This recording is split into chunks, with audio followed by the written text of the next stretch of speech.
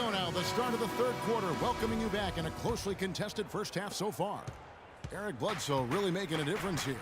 Always been a dynamic scorer, and we saw in that first half the entire repertoire on display. Yeah, he's a hard man to keep down, and so far they haven't found the answer for him. I don't know if there is an answer for him, quite honestly. Our second half of basketball, and presented by Gatorade. Let's see who's all fueled up and on the floor to start the third. On Phoenix, looking who they've got on the floor. Tucker and Morris holding the forward spots. Bledsoe and Knight of the backcourt, and it's Chandler in at the pivot spot, manning the middle. For Phoenix, they have had 7 opportunities at the free throw line and made good on 5 of them. The free throw drops for Eric Bledsoe.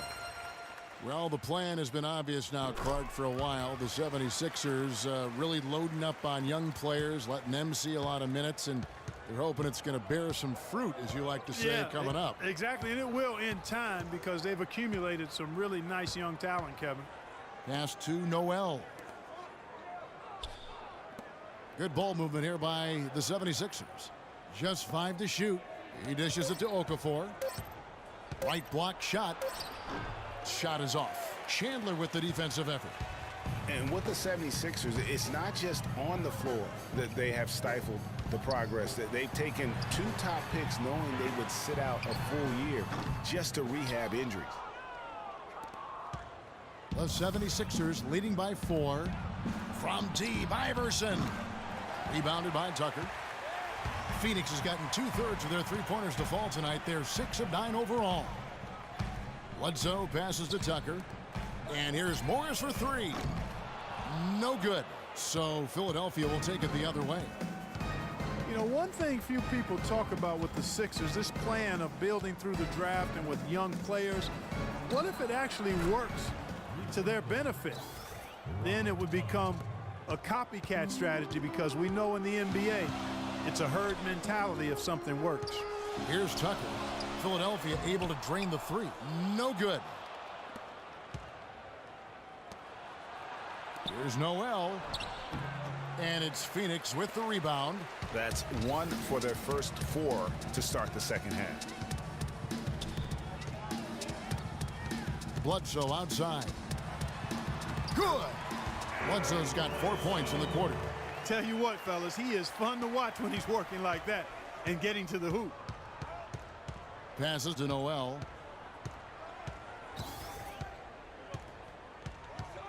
To the inside. Chandler with the steal. Outside Knight. Now the dish to Morris. Outside Knight. The 15-footer. Again the miss by Morris. Just not much success when it comes to shooting. Feeds it to Noel. And he caught that pass in full stride on his way to the big slam. Boy, he threw out some punishment with that 2-hand throwdown. And Clark, now's the time to do it. Continue to attack that rim. Outside Knight. Chandler with a screen for Knight to the middle, off the screen, and Chandler throws it down. Now that's finishing your work right there. Powerful 2-hand jam, you're right. And I tell you what, if he's got a few more of those in him, this lead will start shrinking even further. Timeout called the 76ers. And guys, Brandon Knight really fits the mold of the new breed of NBA combo guard. He has the length and quickness to guard 1s and 2s, and his skill set allows him to generate offense both in transition as well as the half court. And Philadelphia making a change here. Grant's checked in. Iverson with the bucket. The defense is far too slow to close out on those 3-point attempts. And those triples, they sure do add up quickly, don't they? I mean, they've got to make some kind of adjustment here. Now, here is Morris. He's got 7. A shot by Knight, no good. Greg was talking about Brandon Knight. He'd really improve his shooting percentages before the midseason trade last year, and that was one of the bigger weaknesses, Clark, earlier in his career. Yeah, not only was the shot going down more, it looked better. It was better mechanically, but now to take the next step, he has to cut down the turnover. And he gets the bucket. There's been some slippage defensively here in the second half, Kevin. I mean, I'm not sure if their legs are going or what, but they've given up some easy baskets here. Now here's Bledsoe. He's got 13. Chandler dishes to Bledsoe. Count it, and the 76ers lead has been cut to just 7 points in the basket from Tucker. That was simply a defensive breakdown there, Kevin. He was all alone for that shot. It was a warm-up jumper. And Philadelphia has possession. They've led by as much as 10. Dishes it to Iverson. Back to Okafor. Shot from the low block. Can't get it to go. Nice D from Chandler. Phoenix has gotten off 12 shots from beyond the arc tonight, hitting 7 of them. Knight wide open. Again, the miss by Knight. You know, 9 times out of 10, he's going to knock that one down. He'll spray that one on you. And with room like that off the pick, you have got to knock that one down. Well, you know, they did everything right, Greg. They executed. All you want is a good look at the basket. Sometimes the shots just don't fall. And now let's take a look at a breakdown of this season's best rebounding point guards. Number 1, Eric Bledsoe. And, well, rebounding isn't something you really think too much about with point guards, but he places a lot of emphasis on doing whatever it takes to contribute, even on the boards. Yeah, in addition to the work he does on the perimeter, he's more than willing to get his nose in there and get his hands dirty and getting after rebounds and loose balls. And I think that's why so many folks around the league can't say enough good things about him. And he just leaves the D in the dust and explodes to the basket. You're right. Clark, maybe a momentum changer right there, huh? It could be, Kevin. I mean, a dunk like that can sometimes get an opponent reeling. Now, here is Landry. He's averaging just around 8.5 points a game. He doesn't usually fire from out there. And it's 8 points for Roten. Suns trail by 8.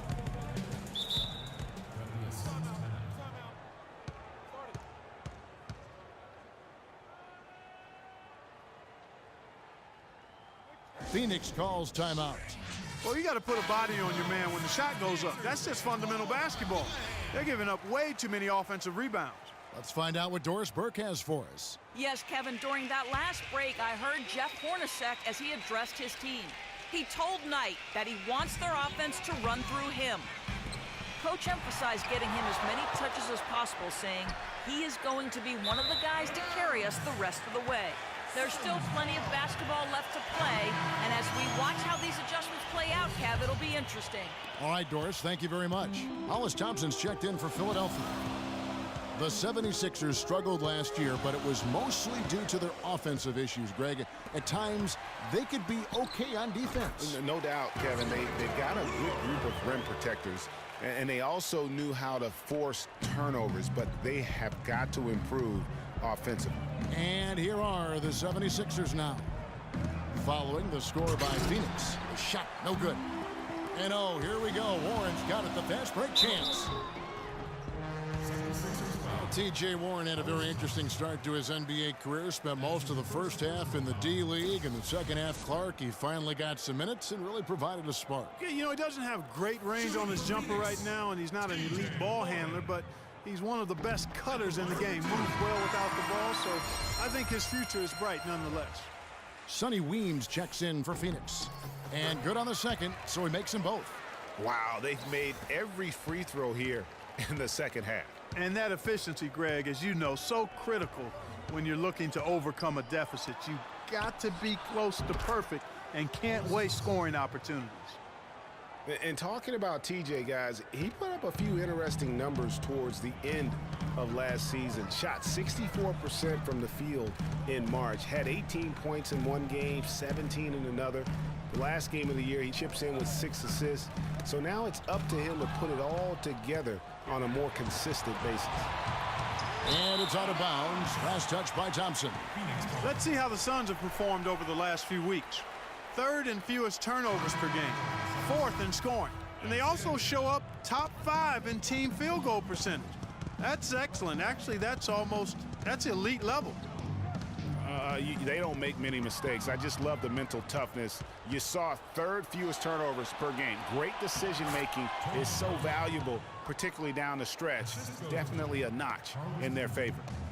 And a closer look here at the hustle stats for Philadelphia. The activity level defensively, I've really been impressed with. There's been an attack mode on the defensive end. They've worked hard tonight at crashing the boards as well. They've had a bunch of second chance points. Now, here is Knight. 8 points for him. 4 on the clock. So he gets the whistle. Contact on the way up and 2 shots coming up. And, you know, getting back to TJ, yes, he needs to improve his shooting range. But what I'd like to see are major improvements on defense. I mean, he shows active hands when he's near the ball, but he can also be a bit lazy as a defender and gambles and reaches too much. That won't get it done at this level. And the first one at the line is good. Listen, no doubt the Suns were a competitive team a season ago, especially against that Eastern Conference. Took 18 wins out of the 30 contests they had against the East. Here's Cannon. Quiet so far offensively, searching for his first points of the game. Landry kicks to Cannon. Well-timed pass, and he goes straight to the bucket for the layup. And the 76ers lead by 9. Phoenix has gone 1 of 4 in three-point shots here in the third. Kicks it to Lure. He feeds it to Weems. There's a good screen. Inside, out to the wing. The pass to Warren. The high post shot. Thompson with the rebound. You know, they've built their lead here by doing all the little things well. And one of those little things, Clark, has been rebounding. They've come out and taken complete control of that glass. Roten, no good. Suns trail by 9. Outside Knight. Connects on the foul line jumper. Knight's got 10. Wow, got that one off right in the face of the big fella. Nice quick fire release. Yeah, and the mid-range shot really the only option in that situation. Sometimes when you're facing a bigger guy, you can't get it all the way to the rim. And what a beautiful way to polish off that sequence. Just strong at attacking the rim. That just puts a little more momentum on their side, don't you think? Absolutely. The defense got to tighten up now. I mean, you can't have the opposing point guard throwing down on you like that. His touch has disappeared on him this quarter. He just hasn't been able to get it going. Here's Roten. Phoenix grabs the miss. Booker's got 3 rebounds so far in the game. He kicks it to Lure. Stolen by Boozer. Here's Cannon. Landry up top. Screen by Boozer. Landry kicks to Roten, and it's denied.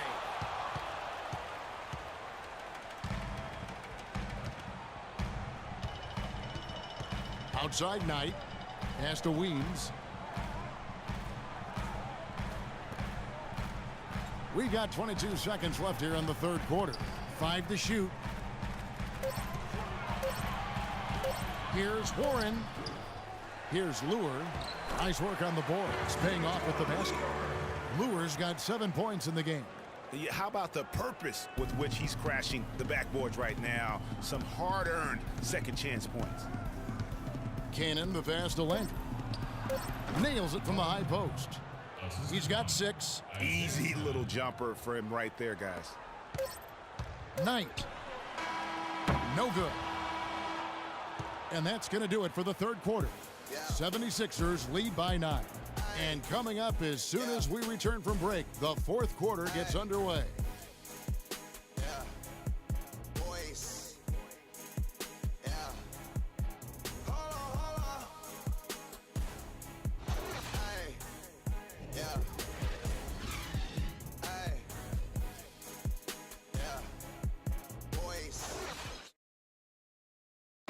Now let's get it all in. And the final period of play just about to start.